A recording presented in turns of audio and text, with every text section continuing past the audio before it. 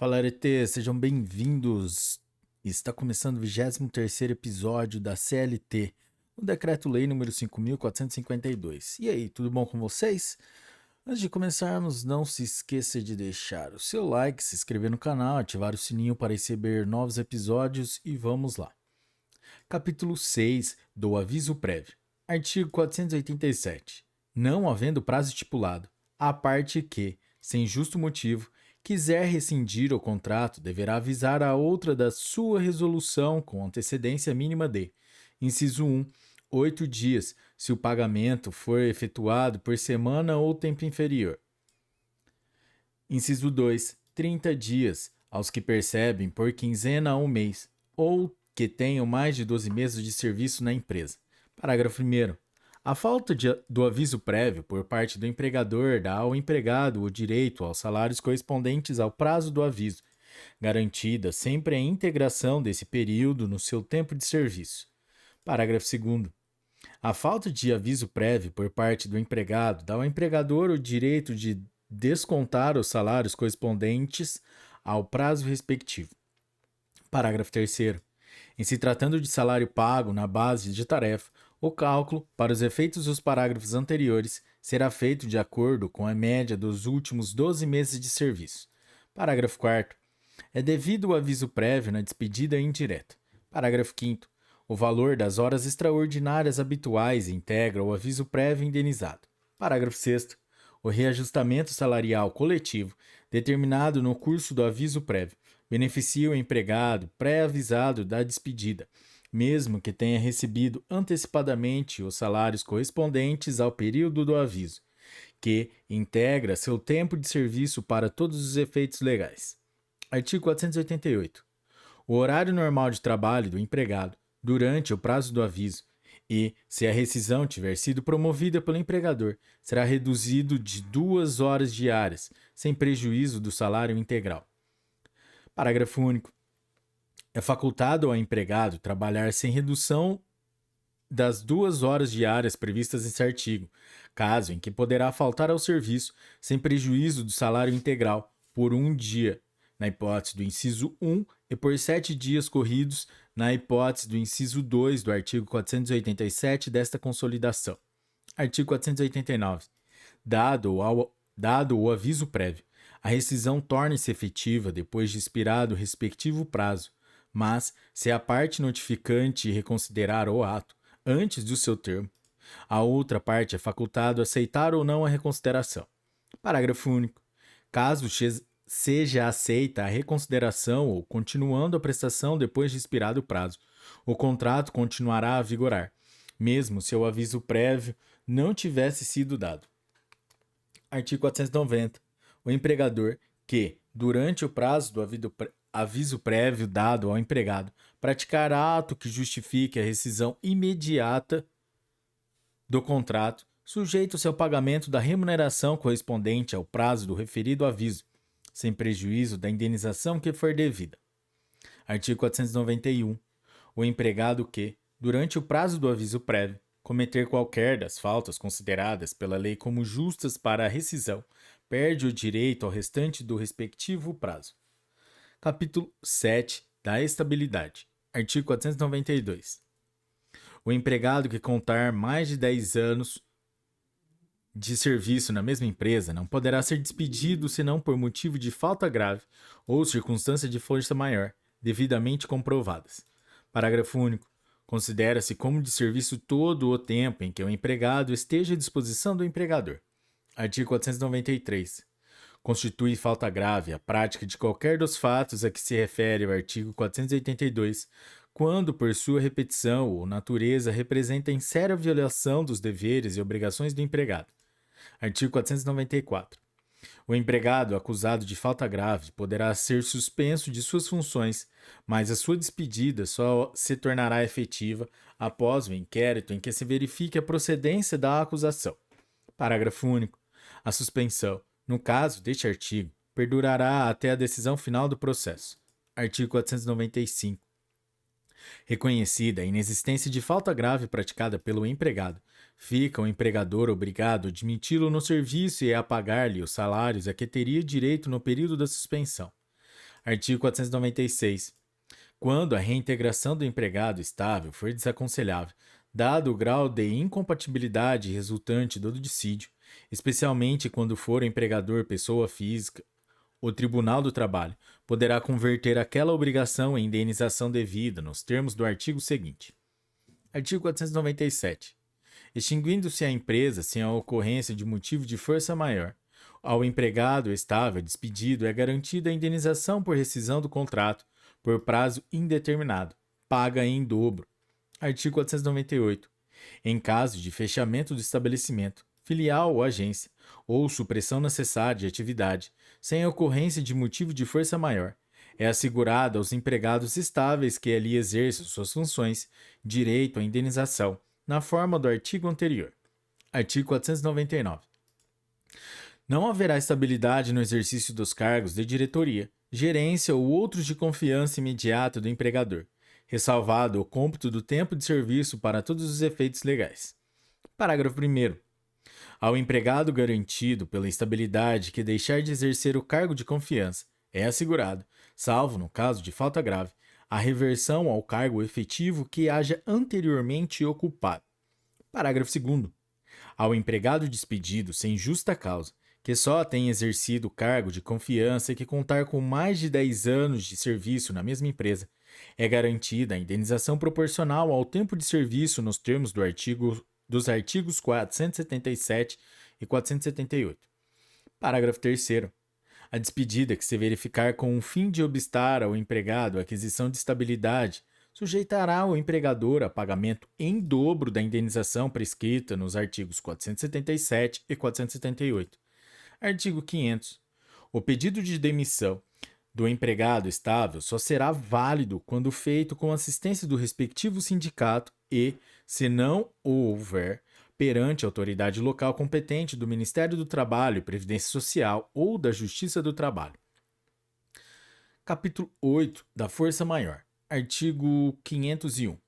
Entende-se como força maior todo acontecimento inevitável em relação à vontade do empregador e para a realização do qual este não concorreu, direta ou indiretamente. Parágrafo 1º. A imprevidência do empregador exclui a razão de força maior.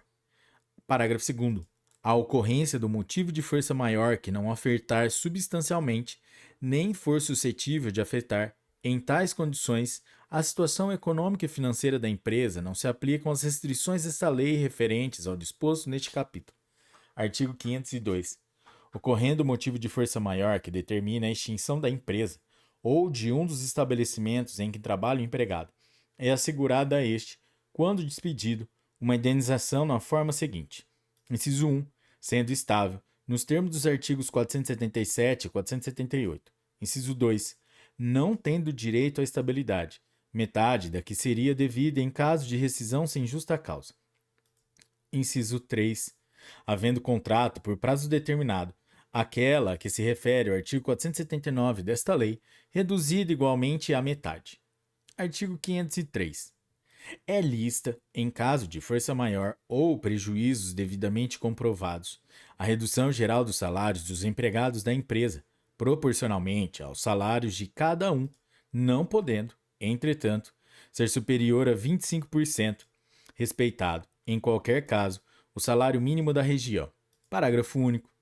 Cessados os efeitos decorrentes do motivo de força maior, é garantido o restabelecimento dos salários reduzidos. Artigo 504. Comprovada a falsa alegação do motivo de força maior, é garantida a reintegração aos empregados estáveis e aos não estáveis o complemento da indenização já percebida. Assegurado a ambos o pagamento da remuneração atrasada. Capítulo 9. Disposições especiais. Artigo 505. São aplicáveis aos trabalhadores rurais os dispositivos constantes dos capítulos 1, 2 e 6 do presente título. Artigo 506. No contrato de trabalho agrícola, é lícito o acordo que estabelecer remuneração in natura, contanto que seja de produtos obtidos pela exploração do negócio e não exceda de 1/3 do salário total do empregado. Artigo 507. As disposições do capítulo 7 do presente título não serão aplicáveis aos empregados em consultórios ou escritórios de profissionais liberais. Parágrafo único. Revogado. Artigo 507-A. Nos contratos individuais de trabalho, cuja remuneração seja superior a 2 vezes o limite máximo estabelecido para os benefícios do regime geral de previdência social, poderá ser pactuada a cláusula compromissória de arbitragem, desde que por iniciativa do empregado ou mediante a sua concordância expressa, nos termos previstos no artigo 9.307, de 23 de setembro de 1996. Artigo 407-B. É facultado a empregados e empregadores, na vigência ou não do contrato de emprego, firmar o termo de quitação anual de obrigações trabalhistas perante o Sindicato dos Empregados da categoria. Parágrafo único. O termo discriminará as obrigações de dar e fazer cumpridas mensalmente e dele constará a quitação anual dada pelo empregado, com eficácia liberatória das parcelas nele especificadas. Os artigos 508 e 509 foram revogados. Artigo 510.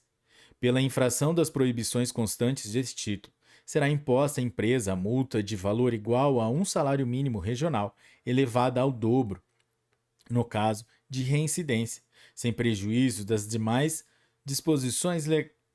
combinações legais. Título 4A. Da representação dos empregados. Artigo 510-A. Nas empresas com mais de 200 empregados, é assegurada a eleição de uma comissão para representá-los, com a finalidade de promover-lhes o entendimento direto com os empregadores. Parágrafo 1º. A comissão será composta. Inciso 1. Nas empresas com mais de 200 e até 3.000 empregados por 3 membros. Inciso 2. Nas empresas com mais de 3.000 e até 5.000 empregados por 5 membros. Inciso 3. Nas empresas com mais de 5.000 empregados por 7 membros. Parágrafo 2º. No caso de a empresa possuir empregados em vários estados da Federação e no Distrito Federal, será assegurada a eleição de uma comissão de representantes dos empregados por estado ou no Distrito Federal, na mesma forma estabelecida no parágrafo 1º deste artigo. Artigo 510-B. A comissão de representantes dos empregados terá as seguintes atribuições. Inciso 1. Representar os empregados perante a administração da empresa. Inciso 2. Aprimorar o relacionamento entre a empresa e seus empregados com base nos princípios da boa-fé e do respeito mútuo. Inciso 3. Promover o diálogo e o entendimento no ambiente de trabalho com o fim de prevenir conflitos. Inciso 4. Buscar soluções para os conflitos decorrentes da relação de trabalho de forma rápida e eficaz, visando a efetiva aplicação das normas legais e contratuais. Inciso 5. Assegurar tratamento justo e imparcial aos empregados, impedindo qualquer forma de discriminação por motivo de sexo, idade, religião, opinião política ou atuação sindical. Inciso 6. Encaminhar reivindicações específicas dos empregados do seu âmbito de representação. Inciso 7. Acompanhar o cumprimento das leis trabalhistas, previdenciárias e das convenções coletivas e acordos coletivos de trabalho. Parágrafo 1º. As decisões da comissão de representantes dos empregados serão sempre colegiadas, observada a maioria simples. Parágrafo 2º. A comissão organizará a sua atuação de forma independente. Artigo 510-C.